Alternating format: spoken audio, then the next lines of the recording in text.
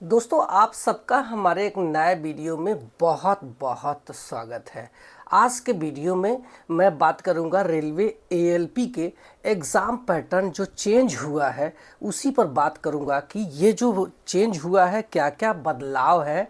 इसको एक एग्ज़ाम्पल के ज़रिए समझने का प्रयास करेंगे हम लोग। इसके अलावा ये कब से लागू होगा, क्या ये 2025 के नोटिफिकेशन में जो एग्ज़ाम हुए हैं सीबीटी 1 का, अभी सीबीटी 2 होना बाकी है, क्या उसमें भी ये नियम लागू होगा या फिर जो नई वैकेंसी आ रही है 2026 की वो भी 15 मई से जो फॉर्म भरे जाएंगे उसमें लागू होगा। तो ये आज के वीडियो में बताऊंगा। इसके अलावा क्या पार्ट बी में भी बदलाव है, क्या पार्ट बी भी पास करना जरूरी है या सिर्फ ये नियम पार्ट ए में ही है। इसके अलावा ये जो नई भर्ती आ रही है इसमें कौन कौन लोग फॉर्म भर पाएंगे इसके बारे में बात करूंगा। तो सबसे पहले इसका जो है आपको सिलेक्शन प्रोसेस को समझना होगा कि अगर आप रेलवे में एएलपी यानी ट्रेन का ड्राइवर बनना चाहते हैं तो आपको 3 से 4 पड़ाव जो मेन है उसको क्लियर करना होगा। तो आइए कौन कौन से वो स्टेज है उसको देख लेते हैं। पहला होगा सीबीटी 1 जो कि एक क्वालिफाइड नेचर का होगा, इसका मेरिट से लेना देना नहीं होगा। इस सीबीटी 1 की बात करूं तो इसमें 75 क्वेश्चन से पूछे जाते हैं जिसमें मैथमेटिक्स, रीजनिंग, जनरल साइंस और आपका जनरल अवेयरनेस से सवाल पूछे जाते हैं। इस 75 प्रश्न जो कि ऑब्जेक्टिव टाइप रहेगा, मल्टीपल चॉइस क्वेश्चंस रहेगा, इसके लिए आपको 1 घंटे का समय मिलेगा और 1/3 का निगेटिव मार्किंग रहता है। इस सीबीटी को जब आप पास करके सीबीटी 2 में चले जाते हैं तो आपको सीबीटी 2 की जो मेरिट है वही रेलवे में एएलपी बनाती है। यहाँ पे सीबीटी 1 में कोई बदलाव नहीं है, जैसे एग्ज़ाम पहले वैसे अब भी होने वाला है। तो अब आप जो सीबीटी 2 देने वाले हैं इसी में बदलाव देखने को हमें मिल रहा है। ये बदलाव क्या है उसको जानने से पहले सीबीटी 2 का जो प्रोसेस है एग्ज़ाम पैटर्न का वो समझ लो। तो आपको सीबीटी 2 में 2 पार्ट देखने को मिलेंगे, पार्ट ए और पार्ट बी। पार्ट ए की जो मेरिट है यही रेलवे में एएलपी बनाती है। पार्ट बी सिर्फ और सिर्फ क्वालिफाइड नेचर का होगा, इसको पास करना ज़रूरी होगा, जो कि मिनिमम पासिंग मार्क 35% सबके लिए होगा। इसमें कोई भी SC ST OBC या फिर EWS का कोई भी रिजर्वेशन नहीं होता है। पार्ट ए पार्ट बी में निगेटिव मार्किंग होती है। इतनी बातें आपको समझ में आ गई होगी। पार्ट ए इसमें आपको 100 सवाल देखने को मिलेंगे जिसके लिए आपको 90 मिनट का समय मिलेगा। 1/3 का निगेटिव मार्किंग होगा। इस पार्ट ए में जो 100 सवाल पूछे जाते हैं इसमें mathematics, reasoning, basic science and engineering से सवाल पूछे जाते हैं। पहले जो नियम था आप ये समझ लो कि पार्ट ए में जितना भी स्कोर बच्चा करता था उसका 70% जो वेटेज है वो लिया जाता था। अब जो वेटेज लिया जाएगा ये 50% का लिया जाएगा। इसके बाद जो साइकोलॉजी टेस्ट होता है, यानी अगर आप ट्रेन चलाने जा रहे हैं तो आपका एक साइको टेस्ट होगा जिसमें सिर्फ और सिर्फ 30% का जो वेटेज होता था, लेकिन रेलवे ने अब इसको बदल करके 50% कर दिया है साइकोलॉजी टेस्ट का और 50% आपका पार्ट ए की जो मेरिट है उसका वेटेज मिला करके मेरिट बनने वाली है। इसके लिए भारतीय रेलवे ने एक ऑफिशियल लेटर भी जारी कर दिया है। तो आइए एक एग्जाम्पल से इसको अच्छे से समझ लेते हैं कि कैसे आपका ये चेंजेस होने वाला है। तो आपको बता दूं कि जैसे मान लो किसी बच्चे ने 100 मार्क का है और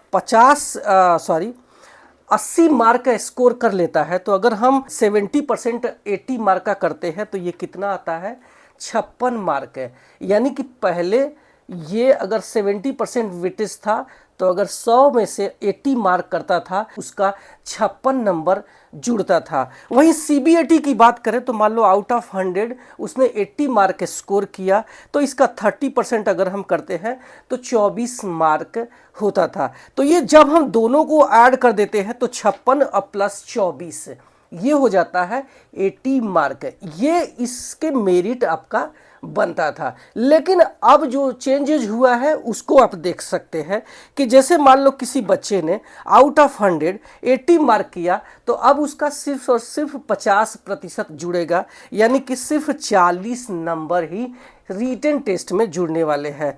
इसके अलावा उसने साइकोलॉजी टेस्ट में आउट ऑफ 100 80 मार्क किया, तो इसका 50% यानी कि आपका 40 नंबर यहाँ से जुड़ जाता है। जबकि पहले उसका CBAT यानी साइको टेस्ट में सिर्फ और सिर्फ 24 मार्क जुड़ते थे, लेकिन अब ये बढ़ करके 24 से 40 मार्क हो जाते हैं।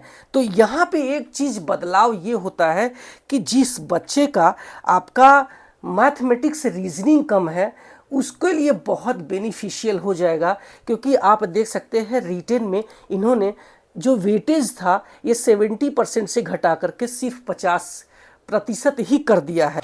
मान लो किसी बच्चे ने कम नंबर किया, ये मैं एग्जांपल इसलिए ले रहा हूँ क्योंकि हो सकता है कि किसी का जो रिटेन में होगा मार्क ज़्यादा होगा, किसी का कम होगा, तो जो रिटेन में कम मार्क लाएगा वो भी कैसे उस बच्चे के बराबर स्कोर कर सकता है जो CBAT में ज़्यादा स्कोर करता है, जबकि उसका रिटेन टेस्ट में कम नंबर आता है। चलिए जानते हैं। मान लो कि आपने रिटेन टेस्ट में मात्र 70 स्कोर ही किया है, जबकि कोई बच्चा 80 स्कोर कर लिया है रिटेन टेस्ट में पार्ट ए में, तो 70% का 50% अगर हम करते हैं तो 35 मार्क हो जाता है। वहीं अगर मान लो आपने CBAT यानी साइको टेस्ट में आपने आउट ऑफ 100 90 स्कोर कर लेते हैं, तो इसका हम अगर 50% करते हैं तो ये हो जाता है 45 मार्क। अब ये 45 प्लस मिल के हो जाता है 80% मार्क, जो कि उस बच्चे के बराबर हो जाएगा जिन्होंने रिटेन टेस्ट में 80% स्कोर किया हुआ है। तो आप देख सकते हैं कि अगर आपका मैथमेटिक्स रीजनिंग कमज़ोर है तो वो भी आप जो है अच्छे से इस मेरिट को क्लियर कर सकते हैं। अब बात ये आती है कि ये भर्ती कब से लागू होगा। क्या 2025 की नोटिफिकेशन से लागू हो जाएगा, जो कि इसका CBT 1 एग्ज़ाम हो चुका है। रिज़ल्ट आपका 1-2 दिन में ही आने वाला है।